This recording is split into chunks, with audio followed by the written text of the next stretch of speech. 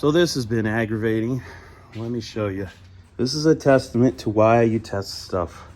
So I had the cluster in here. It was looking really good. I thought I was done. And of course I wanted to test it. You know, I wanted to put power to it and at least turn the dash lights on and see if they would come on and work and everything.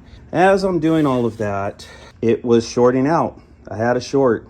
And after tracing it, this is what I found. So the short was to the ammeter gauge, and if you recall in the previous video, it was working just fine. I mean, what I did is, before I go further, if you're testing this stuff, somebody in the comments said you shouldn't be putting full power to the ammeter gauge because power's just going through it.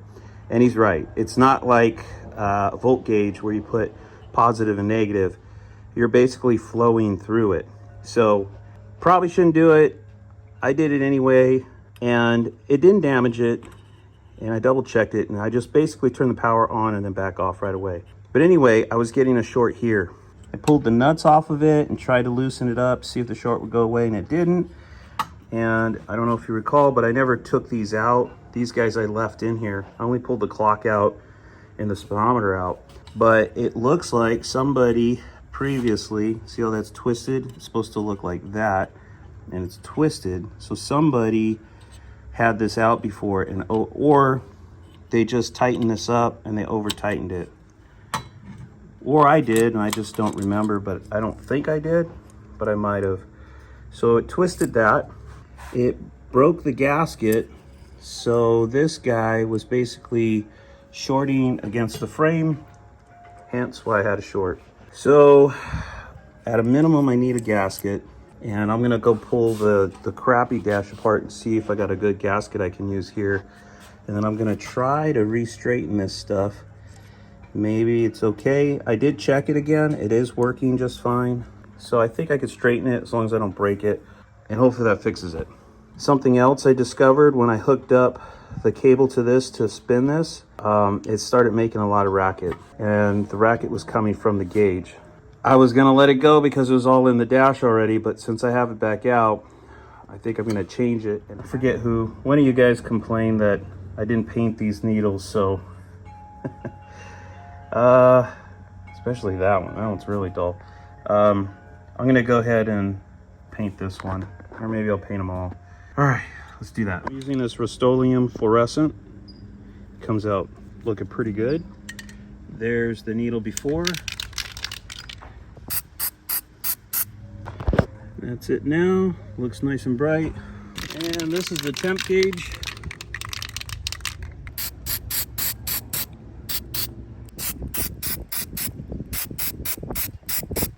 I had a couple other issues too that I can address since it's out. Mainly getting the switches in. When the face is on there, you can see how those holes kind of have depth to them. Kind of hard to tighten the nut to get the switches in place with the face on there. So I didn't realize that till I had it all together. So now I'll make sure that I get switches in there before I put all this back together. Basically the washer motor and the lights. So the DC works, but I like to change it if I can. This is my trashy junk cluster. Nothing works on that one. I shouldn't say that. I think the ammeter or alternator gauge actually did work, but you know, it's got a little twist to it there. Looks a little charred, so you can see the insulator's broken. It shorted out at one point in time. I mean, it seems okay, but I'd kind of like to use a good one, brand new, or not brand new, but you know, one that doesn't have any issues with it. So I pulled this out because I had to address the ammeter gauge. And I happen to be talking to my buddy Chris, who you might know as the owner of Schumacher. He makes a bunch of cool motor swap parts if you want to check them out. Anyway, he had some gauges, he had some clusters, and he sold me one. You know, it's like I got these things coming out of my ears, kind of. But anyway, so he sold me this one for a good price. So original crappy one. The one I was using, trying to get as much good stuff in there as possible. And then this one he just sold me. I went to check, I get it home, I went to check the oil pressure gauge. Guess what? It works. guess what doesn't work? The fuel gauge. So I have a fuel gauge that works, no oil pressure from this dash. Oil pressure works, fuel gauge doesn't. It sucks they combine these two. Like, I don't even understand why, because here they split the gauges, right? There's a top half and bottom half. If they had done that here, I can keep my gas gauge from this one and use the oil pressure from that one. But since it's one, you have to keep hunting. Anyway, bad oil pressure gauge, bad fuel gauge. I haven't checked everything else in this dash yet. But what I'm hoping is, if the alternator gauge looks pretty nice, I'll use this one instead of either one of these, because that one's twisted up. This one's a little charred. I think they're fine, but if this one's in better shape, I'll use this one. The other thing, this is kind of funny. This one's mine, the one I had in the dash. I put tape behind here and repainted the arms orange, so that's why they kind of look bright orange. They look good. That's a faded one. See how faded those look compared to these? So when I peeled the tape off, it peeled paint off of it, which sucks. Bummed out about. All right, so I don't ruin the paint, I'm not using tape on the backing this time. I got foil, and then I put tape in the middle covering the holes. So we'll spray the orange in here and brighten up those needles.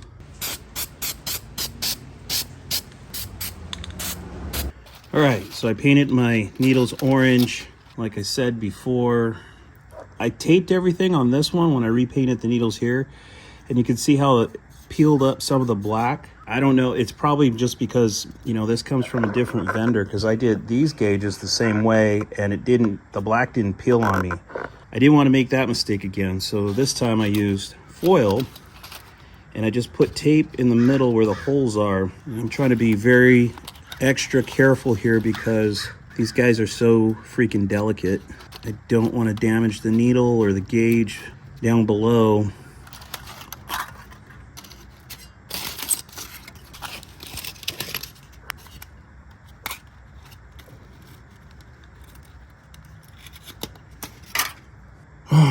Perfect. When you're putting this stuff back in, double check the insulators. They're very hard and they can crack. This is the insulator that goes on this side. We'll throw these nuts on here. I think I'm short one of these, maybe because it broke or something. But anyway, most of these are white insulators. This one happens to be a black one from another cluster. But we're going to throw that on there. Make sure you're very gentle with these. You don't want to over tighten them. Just snug them down. This guy's going through the voltage drop to each one of these gauges, or these 3 gauges, I should say. So this guy's gonna go here. This guy's gonna go here. And this guy's gonna go here. And let's go ahead and double check it. So with this power supply, we can actually adjust the voltage. What I've been doing is setting it to 5 volts and then checking each gauge. But since we have this voltage drop here, what I'm going to do is I'm going to hook up positive to here, and then I'm going to go negative to each gauge here. I'm going to turn this on, and if you happen to get one of these, this turns the power on, but this isn't running power through the gauge yet until you turn on the output button. All right, so now, because I'm going through the voltage drop, I'm going to bump this up to 12 volts. Yeah, close enough. And right now we are hooked up to the fuel gauge. Just want to turn it on. I want to make sure I don't have any shorts before I start putting everything back together. That works. I'm going to pull the ground off of here. I'm going to go to the oil pressure gauge now. Oil pressure gauge works. Just leaving the positive on the voltage drop. Come over here to the temperature gauge. Works. Oh, I need to pull this off. This is my twisted one. I ended up leaving the original gasket and I took this one from another cluster. So this one still works, but it's like I've got this really nice one and I just don't want to have any problems. So I'm going to put this nicer one in here.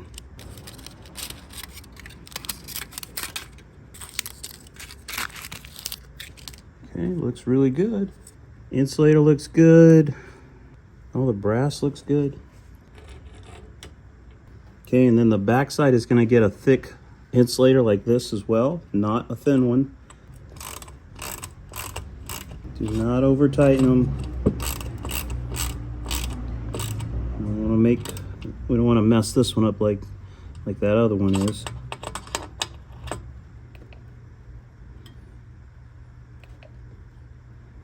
Temperature works.